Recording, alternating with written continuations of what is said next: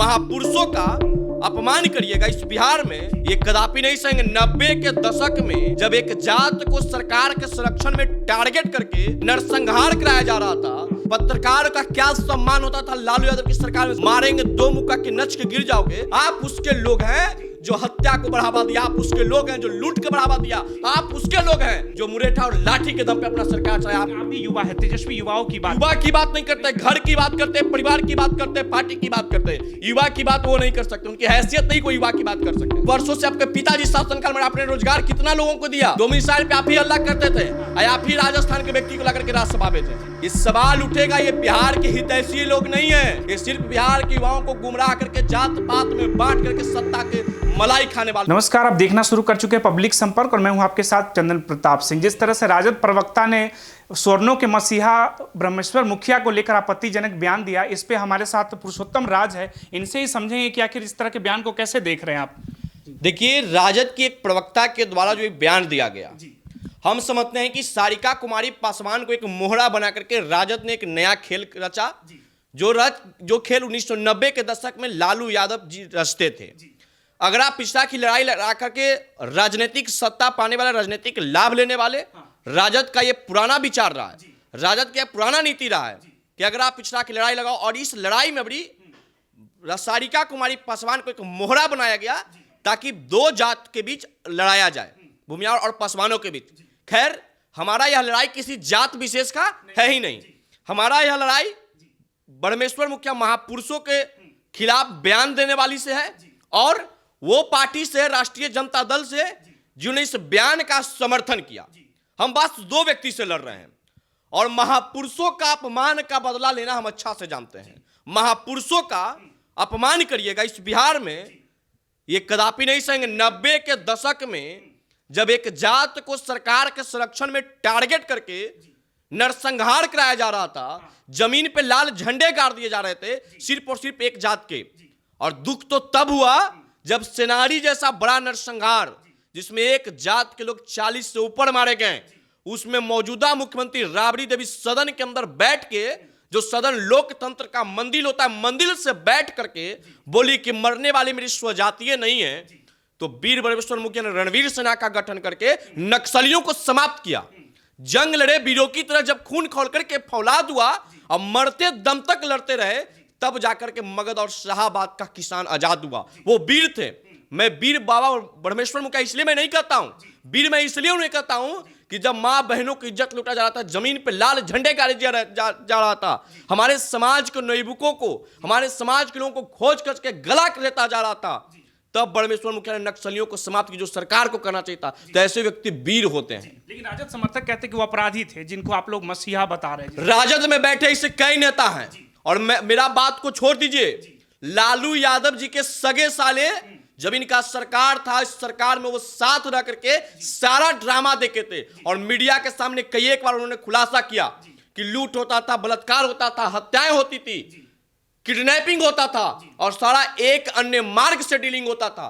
तो मेरा बात को छोड़िए, अब लालू यादव के साले बोल रहे हैं, वो साले जो हमेशा उनके साथ रहे, तो सत्य कौन होगा? हम होंगे कि वो हत्या की बात करते हैं। ब्रह्मेश्वर मुखिया ने नक्सलियों से लड़े हैं, ब्रह्मेश्वर मुखिया अत्याचार के खिलाफ हथियार उठाए हैं।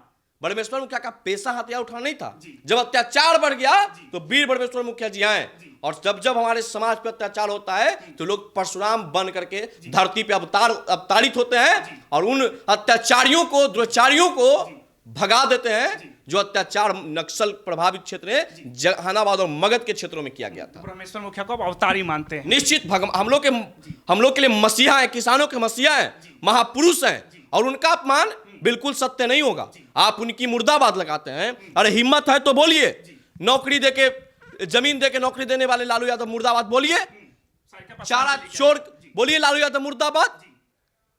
पत्रकार का क्या सम्मान होता था लालू यादव की सरकार में, सब लोग जानते हैं। मारेंगे दो मुक्का के नच के गिर जाओगे, वो व्यक्ति का अहंकार। जात को लड़ाइएगा बिहार में, ये कदापि नहीं चलेगा।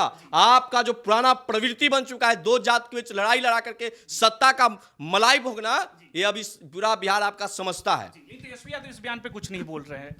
आरजेडी का ऑफिशियल पेज से आया है, बाबा वीर ब्रह्मेश्वर मुखिया के अपमान करने वाले, के विरोध करने वाले हमारे समाज के युवकों को लुच्चा लफंगा राजद के द्वारा कहा गया, बैटरी चोर तक की संज्ञा दी गई। मैं पूछना चाहता हूं, जब आशुतोष कुमार बैटरी चोर थे तो परशुराम जयंती के मंच पे आप मुख्य अतिथि बन के भाषण कैसे दे रहे थे?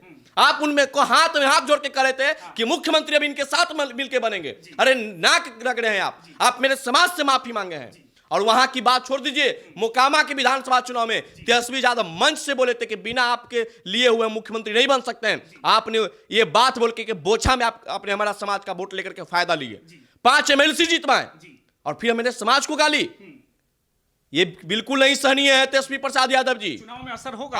असर तो इतना हो जाएगा कि 2025 और राजद फिनिश। क्या कि चुनाव में सब भूल जाते हैं, सब कोई नहीं भूलते हैं। हम लोग अपने महापुरुषों का अपमान का बदला लेना अच्छा से जानते हैं। कोई अगर कानून से लड़ेगा तो मैं भी कानून से लड़ूंगा। ये कोर्ट, न्यायालय, ये देश संविधान और न्यायालय से चलता है, ये राजद कार्यालय से नहीं चलता है। आपने SC ST का मुकदमा जाकर किया है। हमने किसी जाति को अपमानित नहीं किया है, आपने महापुरुषों का अपमान किया है। और महापुरुषों का अपमान करने का विरोध एक जाति का विरोध नहीं होता है। हमने पर्सनल उस व्यक्ति का विरोध किया जो हमारे महापुरुषों का अपमान किया। मैंने उस पार्टी का विरोध किया जिस पार्टी ने इस अपमान का बढ़ावा दिया।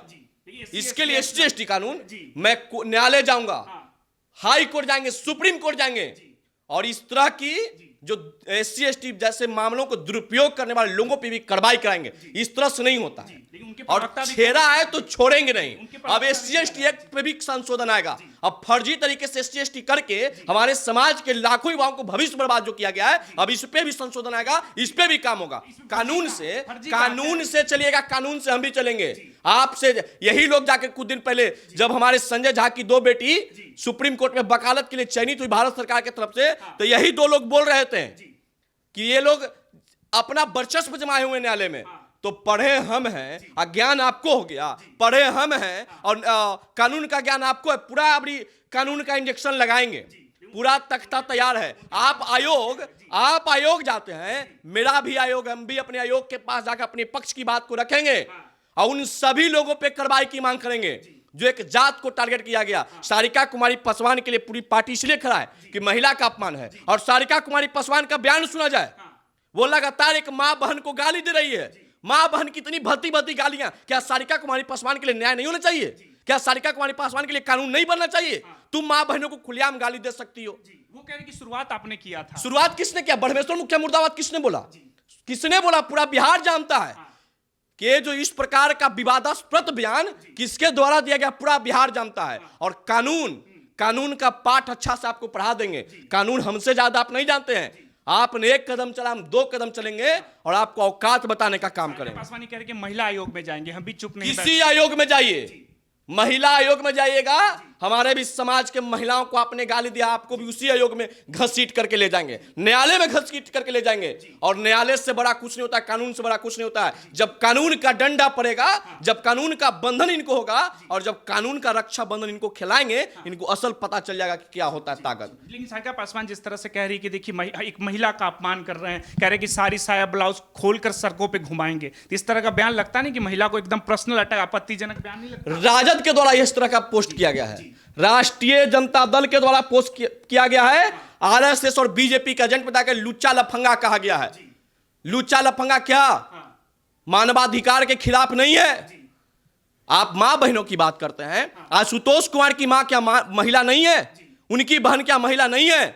सैकड़ों ऐसे सोशल मीडिया पे पोस्ट हैं। सारा चीज का हमने दस्तावेज तैयार कर लिया है, चिंता मत करिए। एक एक का जवाब दिया जाएगा कानून के माध्यम से, एक एक का जवाब कानून के माध्यम से मिलेगा। सैकड़ों फेसबुक पोस्ट है जिसमें खुलेआम मां बहनों को गाली दिया गया है। क्या मेरा मां बहन का इज्जत नहीं? मेरे मां बहनों के लिए कानून नहीं? मेरे मां बहनों के लिए संविधान नहीं? कानून का पाठ पढ़ाएंगे और न्यायालय घसीट के ले जाएंगे। न्यायालय कानून। भाजपा और RSS के लोग हैं ये लोग। भाजपा और RSS के लोग हैं। आप किसके लोग हैं? आप उसके लोग हैं जो नक्सलवाद को बढ़ावा दिया, आप उसके लोग हैं जो आतंकवाद को बढ़ावा दिया, आप उसके लोग हैं जो हत्या को बढ़ावा दिया, आप उसके लोग हैं जो लूट को बढ़ावा दिया, आप उसके लोग हैं जो मुरेठा और लाठी के दम पे अपना सरकार चलाया, आप उसके लोग हैं जो दीना डिस्ट्रिक्ट शोरूम से गाड़ी उठवा करके बेटी के शादी के लिए आता, आप उसके विचारधारा के लोग हैं। आप उसके विचारधारा के लोग हैं। अरे हमें गर्व होता है कि मैं राष्ट्रवादी विचारधारा का व्यक्ति हूं। मैं देश के लिए जीता हूं, मैं देश के लिए मरता हूं। वो कहते हैं हम समाजवादी हैं। क्या कौन समाजवादी, कौन समाजवाद? वही समाजवाद, वही समाजवाद जिसमें एक बेटा स्वास्थ्य मंत्री, एक बेटा डिप्टी सीएम, एक बेटी पाटलिपुत्रा से सांसद, दूसरी बेटी सारण से सांसद। क्या यही समाजवाद है? क्या यही समाजवाद? वर्षों से दलित शोषित वंचितों के लोगों ने शोषण किया। आप हम पे आरोप लगाते हैं कि दलितों का शोषण किए। अरे याद करिए स्वर्गीय आचार्य श्री किशोर कुणाल जी का वो कार्य को, महावीर मंदिर पटना इतने बड़े प्रतिष्ठित मंदिर में 50% उन्होंने दलितों को पुजारी बनवाया। डॉक्टर श्री कृष्ण सिंह जी को याद करिए, जिस समय देश में छुआछूत की भावना चरम सीमा पे था, डॉक्टर श्री कृष्ण सिंह ने दलितों के देवघर के मंदिर में प्रवेश कराया और उनको सामाजिक प्रताड़ना भी झेलना पड़ा था। आपने क्या किया दलितों के लिए? हमने जमीन दान दिया, हमारे पूर्वजों ने सम्मान किया दलितों को, सबको एक साथ लेकर के चले। इन लोगों ने वर्षों तक शोषण किया और सिर्फ और सिर्फ नकलची, ये लोग नकलची लोग हैं। ये नकलची लोग वोट के लिए बहुजन बन करके बहुजनों के कंधा पे बंदूक रख करके लड़वाने का काम ये लोग कर रहे हैं। लेकिन कई राजद समर्थक ये कहते हैं कि स्वर्णों के हाथ से सत्ता जब जा रही है तो वो बिलबिलाहट नजर आ रही है। पिछले 50 वर्षों से हम सत्ता में नहीं है, पिछले 50 वर्षों से हम सत्ता में नहीं है, और 50 वर्ष में दलित दलित है, शोषित शोषित है, वंचित वंचित है।